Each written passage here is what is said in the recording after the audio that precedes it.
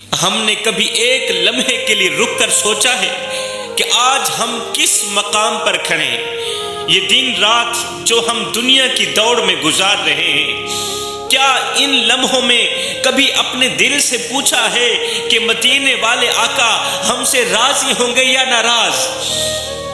اس وقت جس طرح کے ہمارے شب و روز گزر رہے ہیں، ان لمحوں میں کبھی ہم نے اپنے قلب سے پوچھا ہے، کبھی ہم نے اپنے اندر کے مفتی سے پوچھا ہے کہ اس وقت مدینے والے آقا ہم پر راضی ہوں گے یا ناراض ہوں گے؟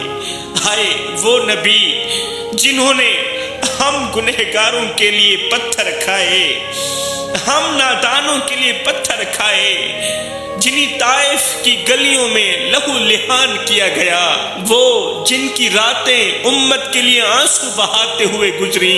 ایک لمحے کے لیے سوچو میرے بھائیوں، کیا ہم مدینے والے آقا کی امیدوں پر پورا اتر رہے ہیں؟ وہ جو قیامت کے دن اللہ کے عرش کے نیچے امت کے گنہگاروں کے لیے گڑ گڑائیں گے، قیامت کے دن بھی خون کے آنسو بہائیں گے، روئیں گے۔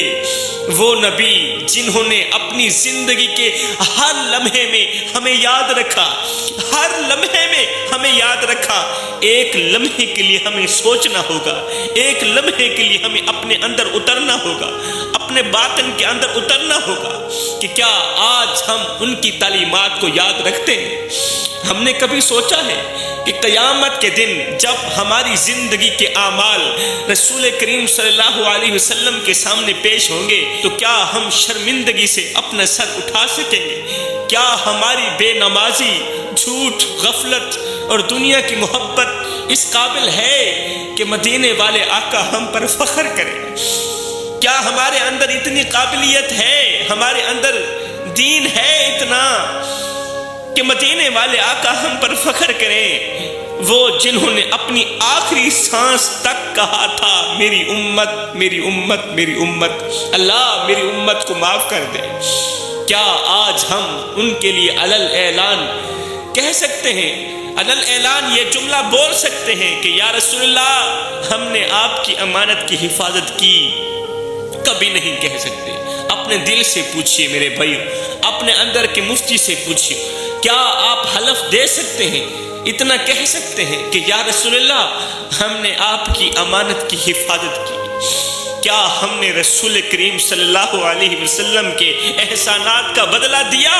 نہیں دیا میرے بھائیوں، نہیں دیا۔ وہ نبی جو ہمیں دوزخ سے بچانے کے لیے اپنی راتوں کو قربان کرتے تھے، پوری پوری رات روتے تھے، پوری پوری رات تڑپتے تھے، فرماتے ہیں او میرے امتی تو سوتا رہا، محمد روتا رہا، تو دنیا کے مزے لیتا رہا، محمد تڑپتا رہا، سجدوں پہ سجدے، گریا پہ گریا، لیکن جب رات کا وہ وقت آیا جب اللہ کی رحمت عروج پر آتی ہے، جب اللہ فرماتا ہے اے میرے بندے بول کیا بولتا ہے، اے میرے بندے مانگ کیا مانگتا ہے، میں تیری خالی جھولی بھر دوں، تجھے تیری عبادت کی جزا دوں۔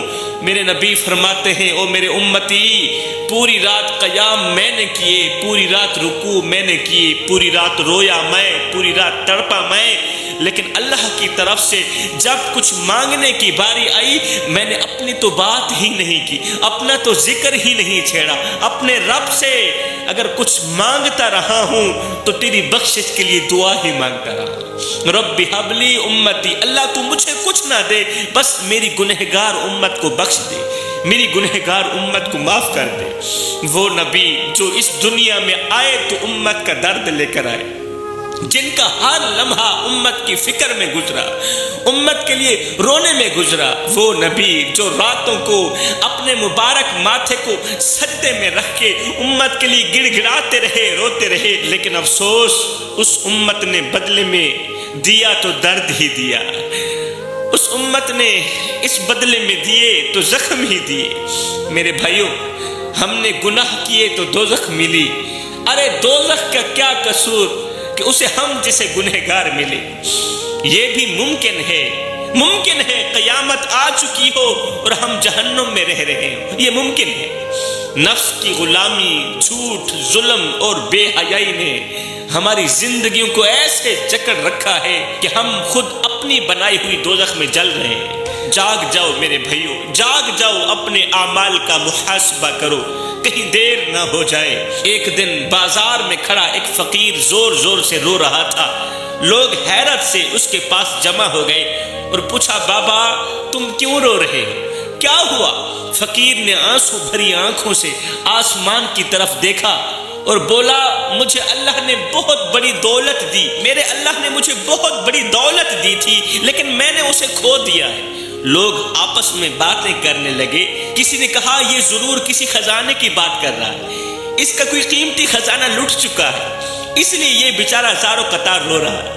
کسی نے کہا، شاید اس کی کوئی قیمتی چیز چوری ہو گئی، اس لیے یہ بابا تڑپ رہا ہے۔ فقیر نے سب کی باتیں سنی، سب کی باتیں سن کر ایک سرد آہ بھری اور روتے ہوئے بولا، بھائیو نہ میرا خزانہ لٹا ہے اور نہ ہی تو میری کوئی چوری ہوئی ہے۔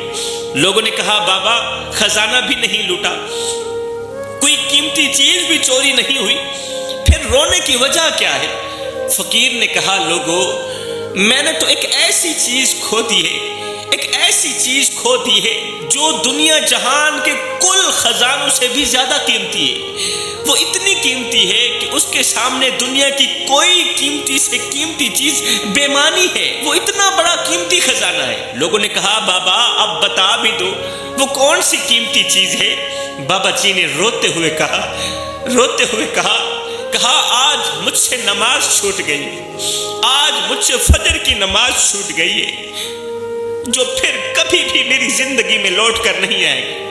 وہ ایک بار چلی گئی ہے، اب چلی گئی ہے، پھر کبھی بھی وہ لوٹ جانے والی نماز میری زندگی میں نہیں آئے گی۔ اب آگے والی نمازیں تو آئیں گی، اگر زندگی کا دھاگا لمبا ہوا تو آگے والی نمازیں تو آئیں گی، لیکن جو نماز چھوٹ گئی ہے وہ کبھی نہیں آئے گی، وہ کبھی نہیں آئے گی۔ بھائیو میں نے اپنی نماز کھو دی ہے اور اپنے رب کا قرب کھو دیا ہے، اس لیے زارو قطار رو رہا ہوں، خدارا مجھے رونے دو۔ بابا جی کی یہ باتیں سن کر لوگ خاموش ہو گئے۔ اب فقیر نے کہا، میرے بھائیو حقیقت تو یہ ہے کہ جس نے دنیا کی دولت کھوئی اس نے کچھ بھی نہیں کھویا، جس نے دنیا کی دولت کھوئی اس نے کچھ بھی نہیں کھویا، لیکن جس نے رب کو کھو دیا اس نے سب کچھ کھو دیا۔ جس نے نماز کھو دی اس نے سب کچھ کھو دیا۔ میں آج اپنی چھوٹی ہوئی نماز پر رو رہا ہوں، میں آج اپنی چھوٹی ہوئی نماز پر زار و قطار گریہ وزاری کر رہا ہوں، کیونکہ میرا دل خالی ہو گیا ہے۔ میں نے نماز نہیں پڑھی، میرا دل خالی ہو گیا ہے، میرا رب مجھ سے دور ہو گیا، اللہ مجھ سے ناراض ہو گیا ہے، اس لیے تو میرے اللہ نے آج مجھے فجر کی نماز پڑھنے کی توفیق نہیں دی۔ اے بندے، اللہ جب ناراض ہوتا ہے روٹی بند نہیں کرتا، اللہ جب ناراض ہوتا ہے رزق بند نہیں کرتا، اللہ جب ناراض ہوتا ہے سورج کو حکم نہیں دیتا کہ فلاں شخص میرا نافرمان ہے، تیری کرنیں اس کے آنگن میں نہیں جانی چاہیے۔ نہ بندے نہ، اللہ جب ناراض ہوتا ہے تو سجدوں کی توفیق چھین لیتا ہے، اللہ جب ناراض ہوتا ہے تو من اجڑ جاتا ہے۔ اس سید کو اتنا تو بتا دو، جس بندے کا من بھی اجڑ جائے اس کے پلے رہتا ہی کیا ہے؟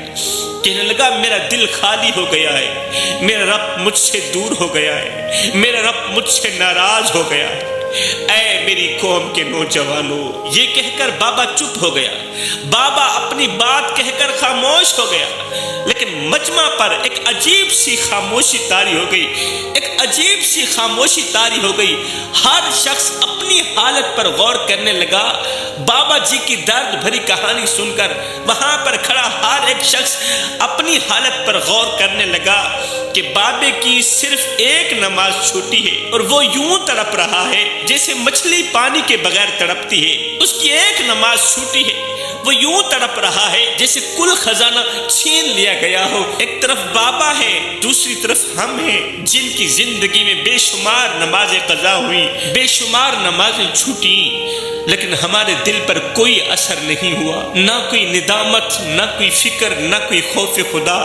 یہ منظر سب کے لیے ایک ایسا آئینہ بن گیا جس میں ہر شخص اپنی کوتاہیوں کو دیکھنے پر مجبور ہو گیا، جس آئینے کے اندر ہر شخص اپنی کوتاہیوں کو دیکھ کر رونے لگا۔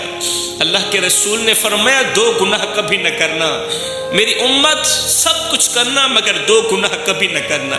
ان 2 گناہوں کو اللہ تعالیٰ کبھی معاف نہیں کرے گا۔ یہ 2 گناہ تمہیں جہنم میں لے جانے کا ذریعہ بنے گے۔ یہ 2 گناہ تمہاری قبر کے اندر آگ بھڑکا دیں گے۔ یہ 2 گناہ تمہاری زندگی میں سے سکون، چین و قرار چھین لیں گے۔ رحمت کے فرشتے تمہارے گھر پر نہیں آئیں گے، رزق میں برکت ڈالنے والے فرشتے تمہارے گھر کے اندر نہیں آئیں گے۔ یاد رکھنا، تمہاری اولاد تمہاری نافرمان بن جائے گی، تمہاری اولاد تمہیں دکھ دے گی، درد دے گی۔ یہ 2 گناہ کبھی نہ کرنا۔ اللہ کے رسول نے فرمایا یہ 2 گناہ کبھی نہ کرنا۔ پوچھا گیا یا رسول اللہ وہ کون سے 2 خطرناک گناہ ہیں؟ اللہ کے رسول نے فرمایا نمبر 1 ماں باپ کی نافرمانی مت کرنا، فرما برداری کرنا، والدین کو دکھ مت دینا۔ والدین کی پریشانی میں بربادی کے سوا کچھ نہیں میرے بھائیوں، والدین کی پریشانی میں بربادی کے سوا کچھ نہیں میرے بھائیوں، باپ کی آنکھوں سے نکلے آنسو میں تباہی کے سوا کچھ نہیں میرے بھائیوں۔ جو والدین اولاد کی وجہ سے روتے ہیں ان کی بدقسمت اولاد کبھی بھی سکھ کا سانس نہیں لے پاتی۔ حضرت شیخ سعدی رحمت اللہ تعالی علیہ فرماتے ہیں کسی بستی میں ایک بوڑھا شخص ہر روز ایک درخت کے نیچے بیٹھتا تھا اور وہ ہر وقت آسمان کی طرف دیکھتا رہتا تھا۔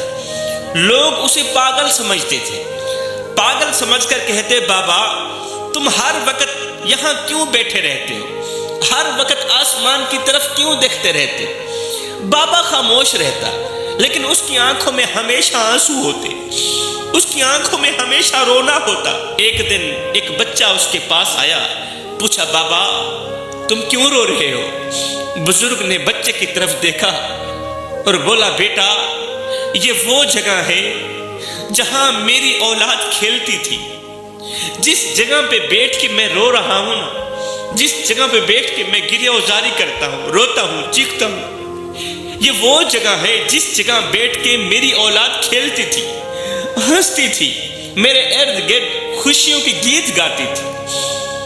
میری اولاد چھوٹی تھی، بچے تھے، میں اولاد کو سینے لگاتا تھا، میرا سینہ ٹھنڈا ہو جاتا تھا، یہ وہ جگہ ہے۔ اللہ اکبر۔ بچہ معصومیت سے بولا بابا پھر تمہاری اولاد کہاں چلی گئی، پھر وہ کہاں چلے گئے؟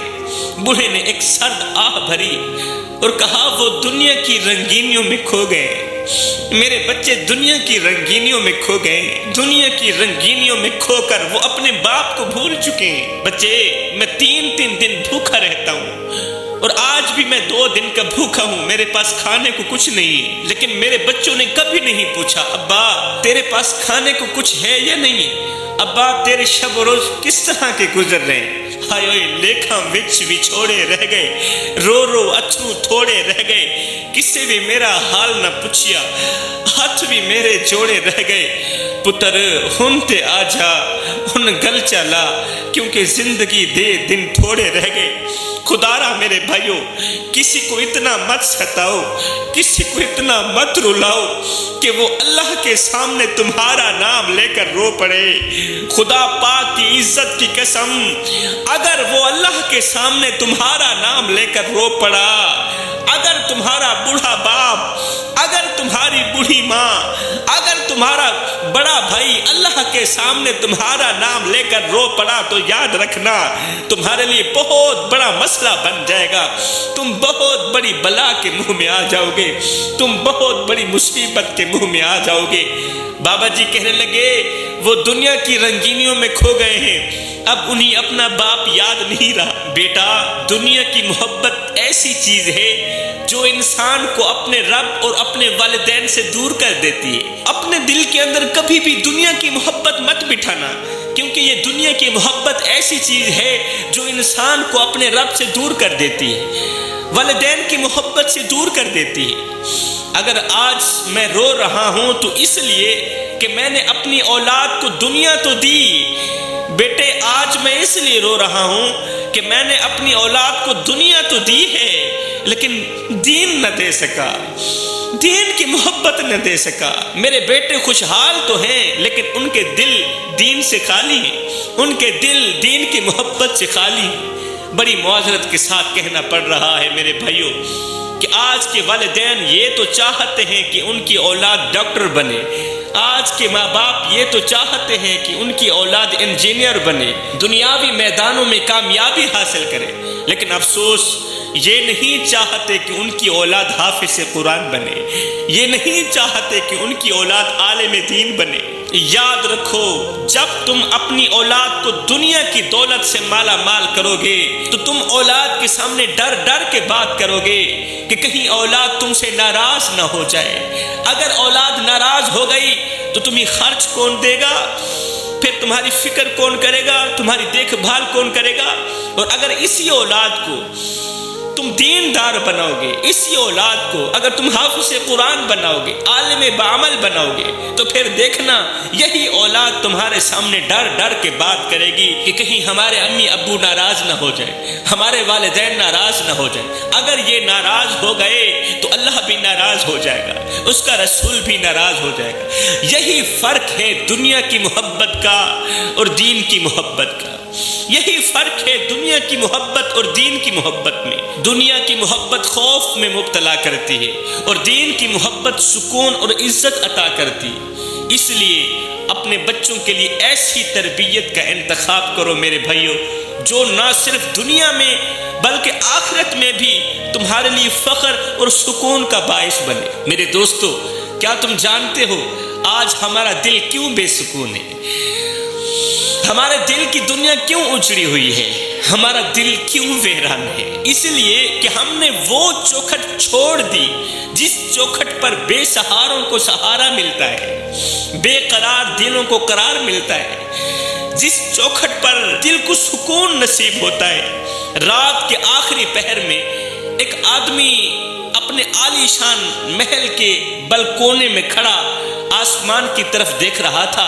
ایک امیر آدمی تھا، اپنے عالی شان محل کے بلکونی میں کھڑا آسمان کی طرف دیکھ رہا تھا۔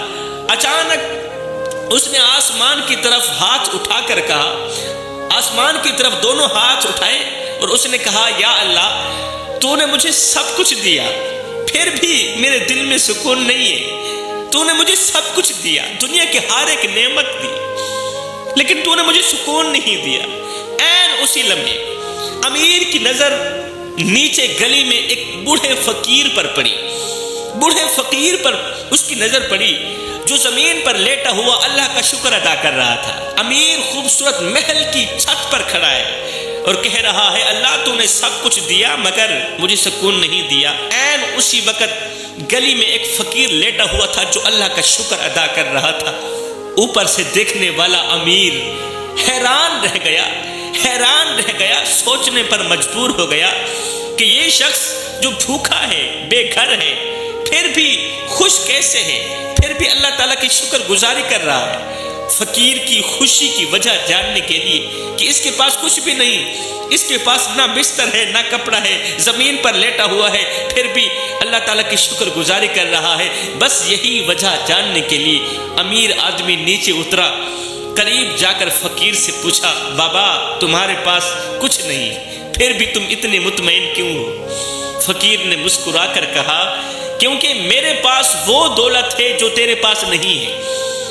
میں مطمئن اس لیے ہوں اس لیے کہ میرے پاس وہ دولت ہے جو تیرے پاس نہیں۔ امیر آدمی حیران ہو کر بولا، وہ کون سی دولت ہے جس نے تجھے سکون دے رکھا ہے اور مجھے بے سکون کر دیا ہے؟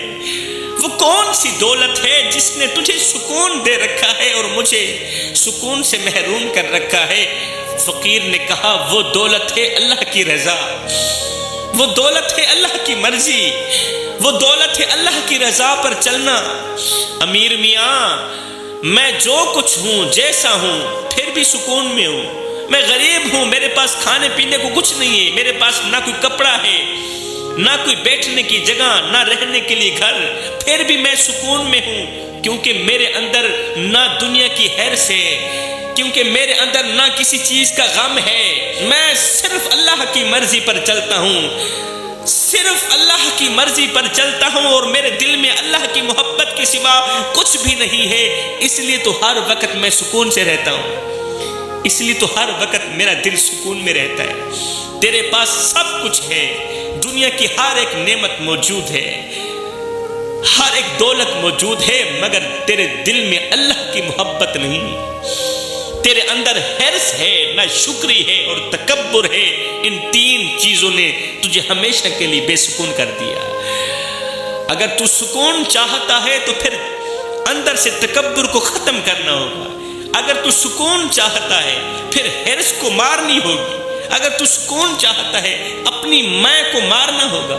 اگر تو سکون چاہتا ہے پھر اپنے مال میں سے خدا کی رضا پر کچھ دینا ہوگا۔ اگر تو سکون چاہتا ہے تو پھر اپنے مال میں سے اللہ کی راہ پر کچھ نہ کچھ دینا ہوگا۔ پھر دیکھنا اللہ تعالیٰ تجھے کس طرح سکون عطا کرتا ہے۔ پھر زندگی میں سکون ڈالنے والے فرشتے غیب سے تیرے پاس آئیں گے۔